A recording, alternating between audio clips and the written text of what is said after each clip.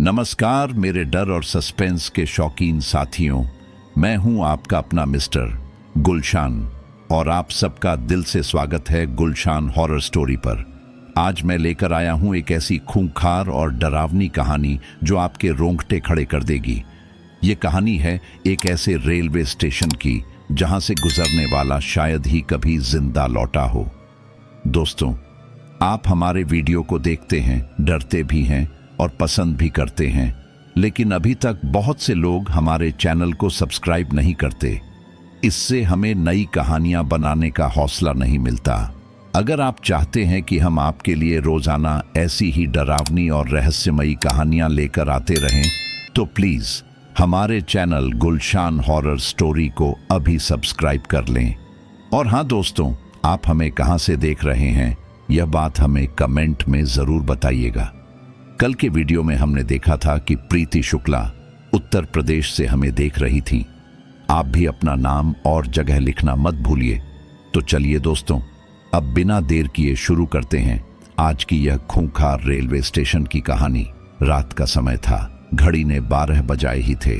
आसमान में चांद आधा ढका हुआ था और काले बादल बार बार उसे ढककर माहौल को और रहस्यमयी बना रहे थे। हवा इतनी ठंडी थी कि हड्डियों तक चुभ रही थी। दूर दूर तक सन्नाटा पसरा हुआ था, बस कभी कभार उल्लू की आवाज सुनाई दे जाती थी। उस वीरान जगह पर था जहानाबाद का पुराना रेलवे स्टेशन, जहां अब शायद ही कोई ट्रेन रुकती थी। कहते हैं कि यह स्टेशन कभी बहुत चहल पहल वाला हुआ करता था, लेकिन सालों पहले यहां हुई रहस्यमयी घटनाओं ने इसे बदनाम कर दिया। लोगों का मानना था कि इस स्टेशन पर आधी रात के बाद अदृश्य यात्री आते हैं और कभी कभी पटरी से गुजरने वाली छायाएं नजर आती हैं। गांव वाले कसम खाकर कहते थे कि जिसने भी आधी रात के बाद यहां कदम रखा वह या तो जिंदा नहीं लौटा या उसकी जिंदगी कभी वैसी नहीं रही। उस रात 4 दोस्त राहुल, आदित्य, मोहन और संदीप रोमांच और जिज्ञासा से भरे स्टेशन की ओर बढ़ रहे थे। उन्हें गांव के बुजुर्गों ने सख्त मना किया था कि रात के समय वहां न जाएं, लेकिन दोस्तों का जोश और सच्चाई जानने की इच्छा उन्हें खींच लाई। जैसे ही वे स्टेशन के पास पहुंचे, एक ठंडी लहर ने उन्हें घेर लिया।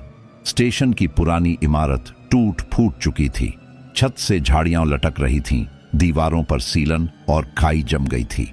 पुराने बोर्ड पर लिखा जहानाबाद जंक्शन मुश्किल से पढ़ा जा रहा था। प्लेटफॉर्म पर टूटी हुई बेंच, फेंके हुए टिकट और बिखरे पत्थर पड़े थे, लेकिन सबसे अजीब था सन्नाटा, जो इतना गहरा था कि दोस्तों को अपनी ही सांसें भारी लगने लगी। राहुल ने धीरे से कहा, यार ये जगह तो वाकई अजीब है, मुझे लग रहा है कोई हमें देख रहा है। आदित्य हंसकर बोला, डरपोक मत बन, भूत वूत कुछ नहीं होता, चलो प्लेटफॉर्म तक चलते हैं। लेकिन जैसे ही वे प्लेटफॉर्म के बीच पहुंचे, अचानक पटरियों से सरसराहट की आवाज आई। ऐसा लगा मानो कोई पुरानी ट्रेन धीरे धीरे गुजर रही हो, जबकि वहां कोई ट्रेन थी ही नहीं। चारों दोस्त एक दूसरे को देख रहे थे। उनके चेहरों पर हंसी गायब थी और उसकी जगह एक अनकहा डर उतर आया था। चारों दोस्त प्लेटफॉर्म पर खड़े थे। हवा का झोंका अचानक और ठंडा हो गया था, जैसे किसी ने उनकी गर्दनों पर बर्फ रख दी हो। पटरियों से आने वाली सरसराहट अब और साफ सुनाई दे रही थी। वह आवाज किसी ट्रेन की नहीं थी, बल्कि लोहे के टुकड़ों के घिसटने जैसी थी। राहुल ने कांपती आवाज में कहा, दोस्तों ये कैसी आवाज है? यहां तो कोई ट्रेन नहीं है। मोहन ने पटरियों पर झुककर ध्यान से सुना। उसकी आंखें डर से चौड़ी हो गईं। मुझे तो लग रहा है जैसे कोई नंगे पैर इन पटरियों पर दौड़ रहा हो। जैसे ही उसने ये कहा, अचानक प्लेटफॉर्म पर रखी टूटी हुई बेंच अपने आप हिल गई और जोर से आवाज करते हुए जमीन पर गिर पड़ी। चारों की सांसें गले में अटक गईं। आदित्य ने हिम्मत दिखाने की कोशिश की और बोला, शायद हवा से हुआ होगा, डरने की जरूरत नहीं है। लेकिन तभी हवा में से एक अजीब सी सीटी की आवाज गूंजी। वह आवाज किसी पुराने इंजन की थी जो धीरे धीरे प्लेटफॉर्म के करीब आ रही थी। चारों ने देखा, सामने से धुंध उठ रही थी और उसमें से एक पुरानी स्टीम इंजन जैसी परछाई बन रही थी। इंजन की वह आकृति धीरे धीरे पटरियों पर चलने लगी। पहियों की खड़खड़ाहट साफ सुनाई दे रही थी, लेकिन बात सबसे डरावनी यह थी कि इंजन की रोशनी से प्लेटफॉर्म पर किसी का भी साया नहीं पड़ रहा था, और जब चारों ने हिम्मत करके ध्यान से देखा तो समझ आया कि वह इंजन पारदर्शी है, जैसे धुआं हो पर असली धातु जैसी आवाज निकाल रहा हो। राहुल का चेहरा पीला पड़ गया। उसने चिल्लाकर कहा, "ये तो भूतिया ट्रेन है, हमें यहां से भागना चाहिए।" लेकिन तभी उस इंजन के अंदर से चीखों की आवाजें आने लगीं, ऐसी आवाजें जैसे कई लोग एक साथ मदद की गुहार लगा रहे हों। चारों दोस्त जड़ होकर खड़े रह गए। मोहन ने कांपते हुए कहा, "ये वही यात्री होंगे जिनकी मौत यहां किसी हादसे में हुई थी।" हवा और ठंडी हो गई। अचानक सीटी की आवाज फिर से गूंजी और इंजन धुंध में गायब हो गया। लेकिन उसके जाते ही प्लेटफॉर्म की टूटी बेंच के पास किसी आदमी की परछाई खड़ी थी, लंबा कद, सिर झुका हुआ और हाथ में लालटेन लिए। उसने धीरे धीरे अपना सिर उठाया। उसकी आंखें खाली गड्ढों जैसी थीं। चारों दोस्त पत्थर की तरह वहीं जमे खड़े थे। प्लेटफॉर्म पर पसरी चुप्पी को तोड़ते हुए लालटेन लिए वह अजनबी धीरे धीरे उनकी तरफ बढ़ने लगा। उसकी चाल बेहद भारी और खींची हुई थी, जैसे हर कदम जमीन पर चोट कर रहा हो। लालटेन की लौ हल्की सी हरी झिलमिलाहट के साथ जल रही थी, मानो यह कोई साधारण रोशनी न होकर किसी दूसरी दुनिया का दरवाजा हो। राहुल के गले से मुश्किल से आवाज निकली, ये कौन है?" वह अजनबी रुक गया और अपनी खोखली आंखों से उन्हें घूरने लगा। उसके चेहरे पर कोई भाव नहीं था, सिर्फ सूखा हुआ चेहरा और फटी हुई चमड़ी, जैसे बरसों से धूप और बारिश ने उसे निचोड़ कर रख दिया हो। अचानक उसने अपनी लालटेन ऊंची उठाई और उसकी रोशनी सीधे चारों दोस्तों पर पड़ी। उस रोशनी में उनका शरीर कांपने लगा, मानो कोई उन्हें जकड़ रहा हो। मोहन ने चीखते हुए कहा, "ये इंसान नहीं है, ये आत्मा है।" लेकिन आदित्य ने हिम्मत जुटाकर उससे बात करने की कोशिश की। वह आगे बढ़ा और कांपती आवाज में बोला, "तुम कौन हो? यहां क्यों भटक रहे हो?" लालटेन वाला अजनबी एक अजीब सी घरघराहट से हंस पड़ा। उसकी हंसी मानो हजारों कीड़ों की खड़खड़ाहट जैसी थी।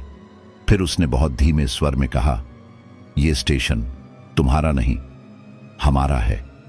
जो यहां रुकता है वो कभी लौटकर नहीं जाता।" उसकी बात सुनते ही हवा तेज हो गई और प्लेटफॉर्म की टूटी फूटी चीजें इधर उधर उड़ने लगीं।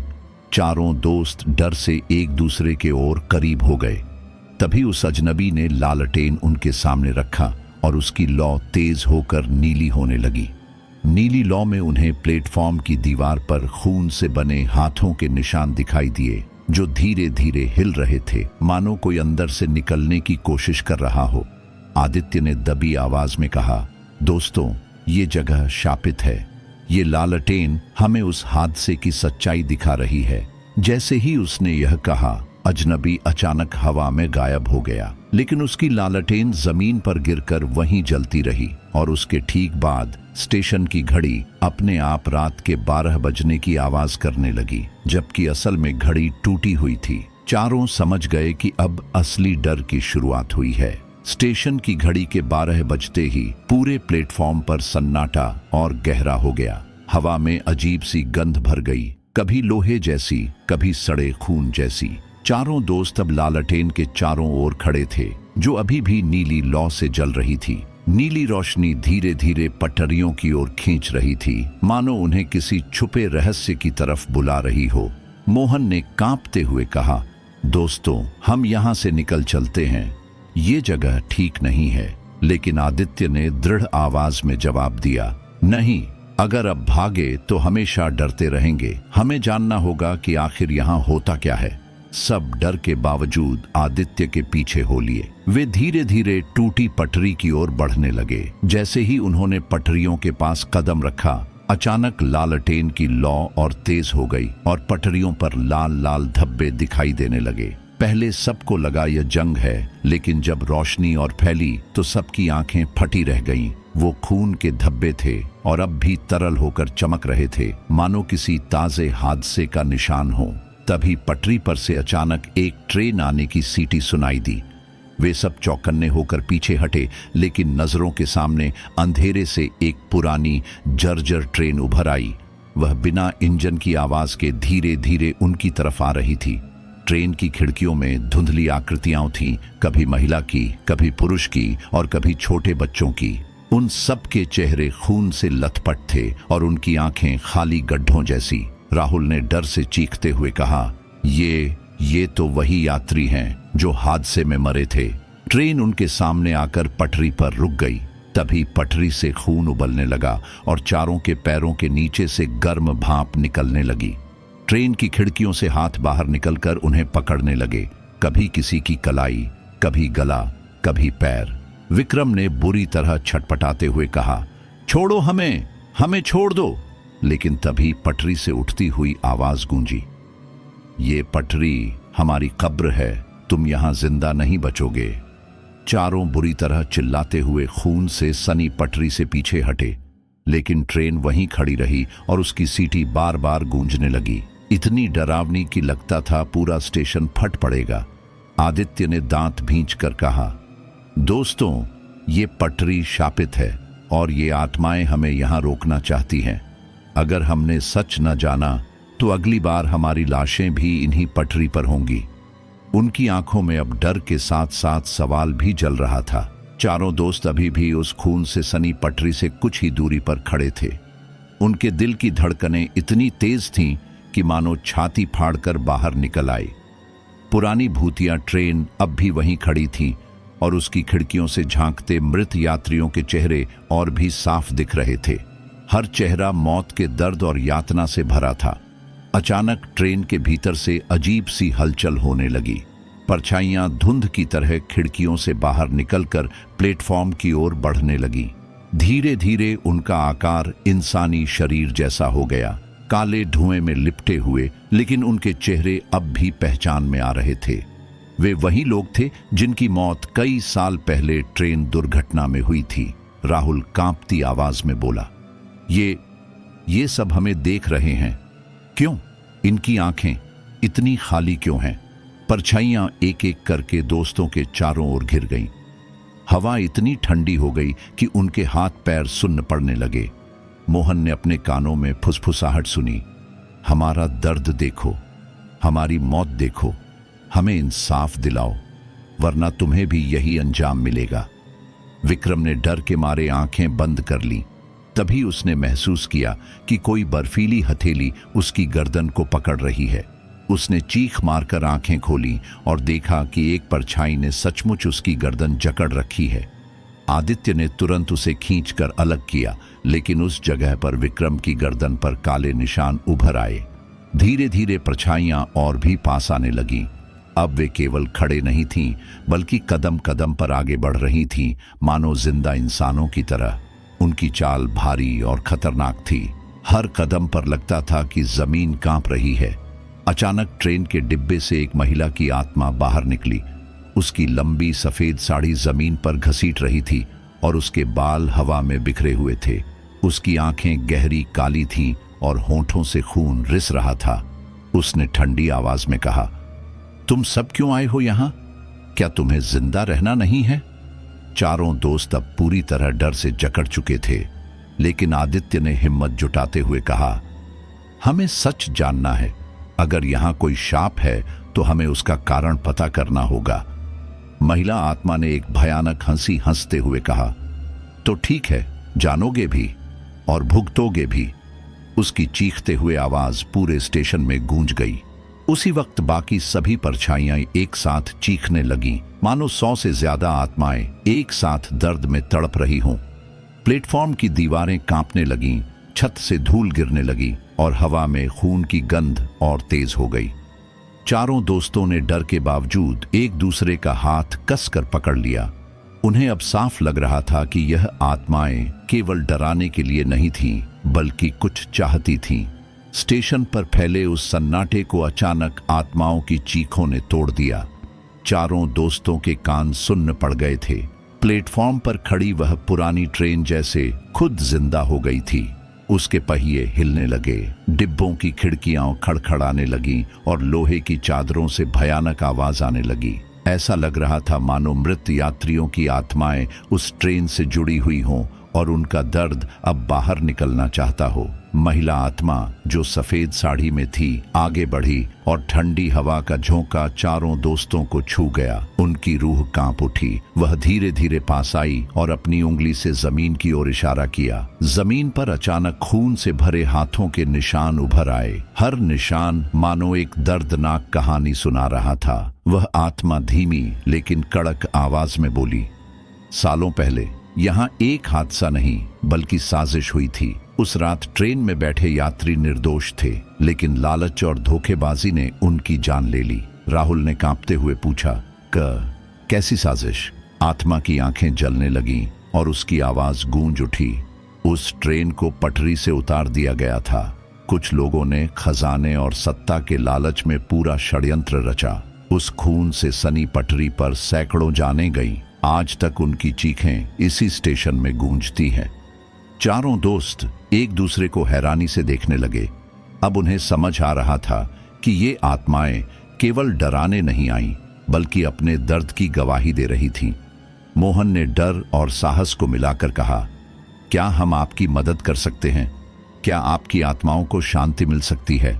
महिला आत्मा अचानक कुछ क्षण चुप रही। हवा और ठंडी हो गई। उसके चेहरे पर दर्द साफ झलक रहा था। उसने धीमे स्वर में कहा, हाँ, लेकिन इसके लिए तुम्हें उस राज को उजागर करना होगा जिस षड्यंत्रकारी ने हमारी मौत लिखी। उसका सच दुनिया को बताना होगा। जब तक यह रहस्य दफन है, हम सब इस स्टेशन की दीवारों में कैद रहेंगे। इतना कहते ही अचानक ट्रेन की खिड़कियों से और भी परछाइयां बाहर निकल आईं। हर आत्मा की आंखों में उम्मीद की चमक थी। वे चारों दोस्तों की ओर झुकने लगी, मानो कह रही हों, हमें मुक्त करो। अचानक स्टेशन के एक कोने से लोहे की पुरानी घंटी खुद ब खुद बजने लगी। उसकी आवाज इतनी भयानक थी कि दिल दहला दे। उसी के साथ ही प्लेटफॉर्म की जमीन फटने लगी और नीचे काली धुंध का भंवर उठ खड़ा हुआ। आदित्य ने चीखते हुए कहा, ये कोई साधारण शाप नहीं है। ये जगह अब भी उस धोखे की गवाही दे रही है। अगर हमने कुछ नहीं किया तो ये आत्माएं हमें कभी छोड़ेंगी नहीं। चारों दोस्त अब उस भयानक साजिश की गुत्थी सुलझाने की ठान चुके थे, लेकिन उन्हें यह नहीं पता था कि सच तक पहुंचने का सफर आसान नहीं होगा। रात और गहरी हो चुकी थी। स्टेशन की टूटी फूटी इमारत में अब भी आत्माओं की चीखें गूंज रही थीं। चारों दोस्त राहुल, मोहन, आदित्य और समीर डर और जिज्ञासा से कांपते हुए स्टेशन के अंदरूनी हिस्से में आगे बढ़े। प्लेटफॉर्म के पास बनी पुरानी स्टेशन मास्टर की कोठरी उनकी नजर में आई। दरवाजा आधा टूटा हुआ था और हवा के झोंकों से खड़खड़ा रहा था। जब उन्होंने दरवाजा खोला तो अंदर घुप अंधेरा और सड़ी हुई गंध ने उन्हें घेर लिया। कोठरी की दीवारों पर पुराने कागज चिपके थे जिन पर नाम और नंबर लिखे थे। एक टूटी हुई मेज पर बिखरी हुई फाइलें पड़ी थीं। मोमबत्ती की रोशनी में उन फाइलों को खंगालते हुए राहुल की आंखें अचानक चौड़ी हो गईं। उसने एक मोटी रजिस्टर जैसी किताब उठाई जिसके पन्ने पीले पड़ चुके थे। उस पर लिखा था, गोपनीय 1942 का हादसा। पन्नों को पलटते ही उन्हें पता चला कि वह ट्रेन हादसा किसी तकनीकी खराबी से नहीं हुआ था, बल्कि जानबूझकर कराया गया था। दस्तावेज में स्टेशन मास्टर, कुछ अधिकारियों और बाहरी लोगों की मिलीभगत का जिक्र था। उन सब ने एक खजाने को हथियाने के लिए ट्रेन को पटरी से उतरवाया था। यात्रियों की मौत उनकी नजर में बस एक कुर्बानी थी। जैसे ही ये शब्द उन्होंने पढ़े, अचानक कोठरी की खिड़की अपने आप जोर से बंद हो गई। कमरे में घना अंधेरा छा गया। दीवार पर परछाइयां उभरने लगीं, लंबी, डरावनी और हिलती डुलती हुई। समीर ने कांपते हुए कहा, ये परछाइयां हमें देख रही हैं। ये खुश नहीं हैं कि हमने सच जान लिया है। अचानक एक ठंडी फुसफुसाहट गूंजी। सच जानना आसान है, पर उसे उजागर करना मौत को दावत देना है। चारों के शरीर सुन्न पड़ गए। कमरे के कोने से दो लाल आंखें चमक उठीं। ऐसा लग रहा था कि कोई अदृश्य शक्ति उनकी हर हरकत पर नजर रख रही है। मोहन ने हिम्मत जुटाकर कहा, अगर ये सच है तो हमें इसे छुपाना नहीं चाहिए। हमें उन आत्माओं को न्याय दिलाना ही होगा। लेकिन तभी भारी कदमों की आहट कोठरी के बाहर से आने लगी, जैसे कोई अदृश्य रक्षक उनकी ओर बढ़ रहा हो। दरवाजा धीरे धीरे अपने आप बंद हो गया और अंदर का माहौल और भी डरावना हो गया। आदित्य ने फाइलें उठाकर अपने बैग में रख लीं और बोला, ये दस्तावेज ही उन आत्माओं को मुक्त करने की कुंजी है, लेकिन हमें सावधान रहना होगा क्योंकि अब हम पर मौत की छाया मंडरा रही है। बाहर अचानक तेज सीटी की आवाज गूंजी, मानो कोई अदृश्य ट्रेन प्लेटफॉर्म से गुजर रही हो। खिड़कियों के शीशे अपने आप टूटने लगे और तभी कमरे की दीवार पर खून से लिखे शब्द उभर आए, अगर सच उजागर किया तो अगली मौत तुम्हारी होगी। चारों दोस्त अब समझ गए थे कि वे एक ऐसी लड़ाई में उतर चुके हैं जहां दुश्मन न केवल इंसान थे बल्कि परलोक की शक्तियां भी।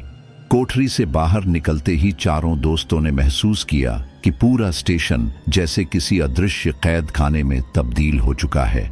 चारों ओर घना धुआं फैला था और हवा में सड़ी हुई लाशों जैसी गंध तैर रही थी। प्लेटफॉर्म की जंग खाई घड़ी एक ही समय पर अटकी हुई थी, रात 12:45, वही वक्त जब सालों पहले ट्रेन हादसा हुआ था। अचानक पटरियों पर अजीब हलचल होने लगी। पहले लोहे की चरमराहट, फिर घोड़े जैसी दौड़ की आवाजें और अंत में एक पूरी ट्रेन की सीटी। लेकिन जब उन्होंने देखा तो पटरियों पर कोई ट्रेन नहीं थी।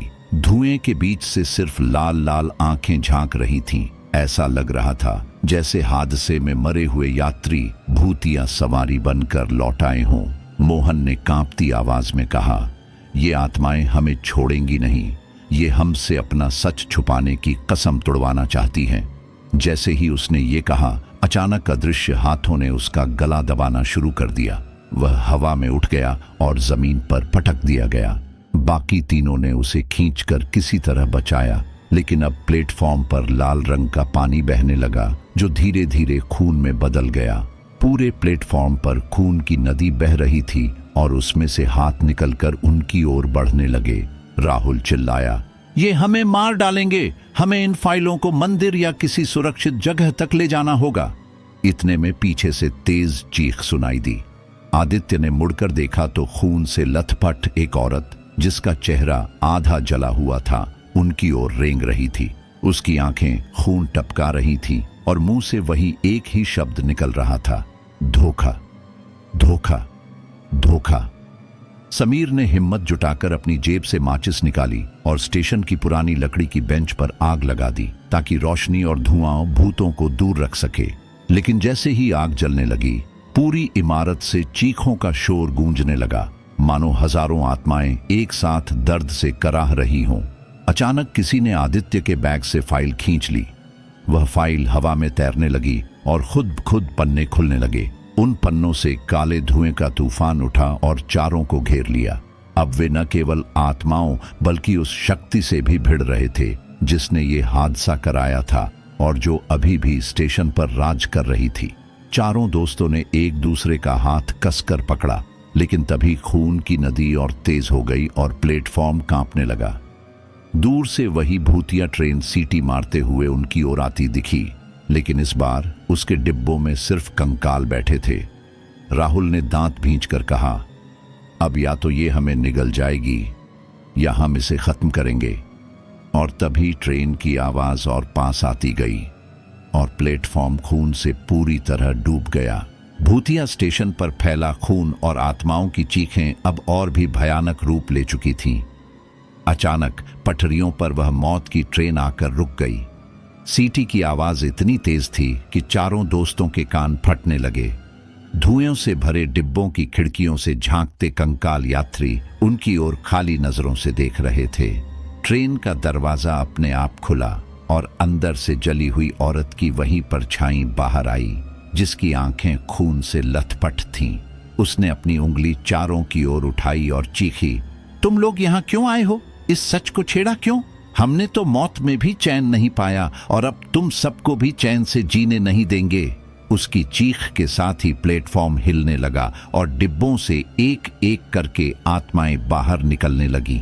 उनमें बच्चे भी थे, बूढ़े भी और जवान भी। सबके चेहरे हादसे में हुई मौत की गवाही दे रहे थे।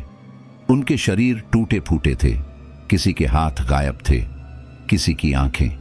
वे सब धीरे धीरे चारों दोस्तों को घेरने लगे। मोहन रोते हुए बोला, हम तुम्हारा सच दुनिया को बताएंगे, हम दोषियों को बेनकाब करेंगे, बस हमें जाने दो। इतना कहते ही फाइल का एक पन्ना हवा में फड़फड़ाया और उस पर लाल खून से लिखी हुई चेतावनी दिखाई दी। जिसने भी ये सच दुनिया को बताया उसे मौत ने जिंदा नहीं छोड़ा। चारों दोस्तों के पैरों के नीचे से जमीन अचानक गायब होने लगी, जैसे वे किसी गहरे खड्ड में खींचे जा रहे हों।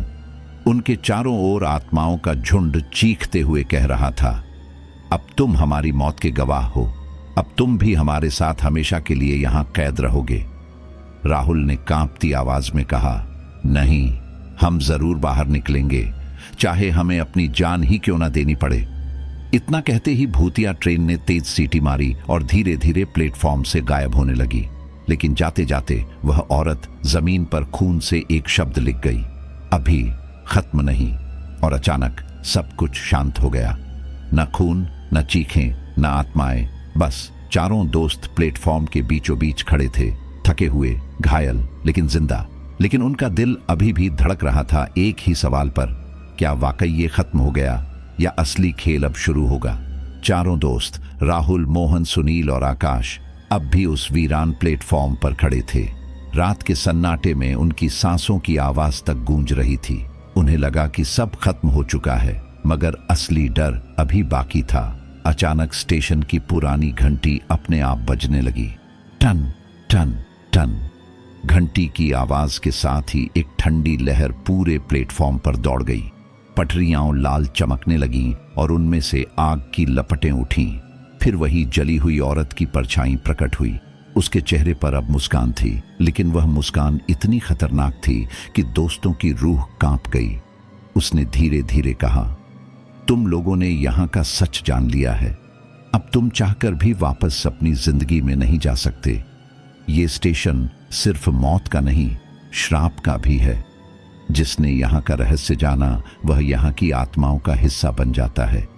इतना कहते ही चारों के पैरों के नीचे से जमीन खिसकने लगी। वे चिल्लाने लगे, लेकिन उनकी आवाज गूंजकर वापस उन्हीं के कानों में टकरा रही थी। अचानक उन्हें महसूस हुआ कि उनके शरीर भारी होते जा रहे हैं, जैसे कोई अदृश्य जंजीरें उन्हें पकड़ रही हों। तभी राहुल ने जोर से चिल्लाया, नहीं, हम तुम्हारे श्राप में नहीं फंसेंगे, हम तुम्हारी सच्चाई पूरी दुनिया को बताएंगे। और उसी वक्त उसने फाइल का आखिरी पन्ना जमीन पर पटक दिया। पन्ना जमीन पर गिरते ही खून से लिखे सारे शब्द जलने लगे। स्टेशन पर मौजूद आत्माएं दर्द से चीखने लगीं और धीरे धीरे हवा में घुलने लगी। लेकिन उस औरत की आत्मा वहीं खड़ी रही। उसने ठंडी हंसी हंसी और बोली, तुमने श्राप तोड़ा नहीं है, सिर्फ टाल दिया है। जिस दिन कोई और इस स्टेशन का सच जानने आएगा, मौत का ये खेल फिर से शुरू होगा। इतना कहते ही पूरा स्टेशन अंधेरे में डूब गया। जब चारों ने अपनी आंखें खोली तो वे अपने गांव में घर के दरवाजे पर पड़े थे, घायल, थके हुए और डरे हुए। पर उनके दिल में हमेशा के लिए यह सवाल रह गया, क्या हम वाकई उस स्टेशन से बच निकले या उसकी छाया अब हमारी जिंदगी पर हमेशा मंडराएगी। तो दोस्तों, ये थी खूनी रेलवे स्टेशन की कहानी। आपने देखा कैसे रात के अंधेरे में प्लेटफॉर्म पर मंडराती आत्माएं आज भी इंसानों का इंतजार कर रही हैं। डर तो खत्म हो गया, लेकिन सवाल अब भी वही है, क्या आप उस स्टेशन पर आधी रात को जाने की हिम्मत करेंगे? दोस्तों, अगर कहानी ने आपको डराया भी है और रोमांचित भी किया है तो हमें अपना प्यार जरूर दीजिए। लाइक दबाइए, कमेंट करके बताइए कि आपको कहानी का कौन सा हिस्सा सबसे ज्यादा डरावना लगा, और सबसे जरूरी सब्सक्राइब करिए हमारे चैनल गुलशान हॉरर स्टोरी को, क्योंकि आपका एक सब्सक्राइब हमें और भी खूंखार और खतरनाक कहानियां लाने की ताकत देता है। याद रखिए, डर तो बस शुरुआत है, असली खौफ तो अभी बाकी है।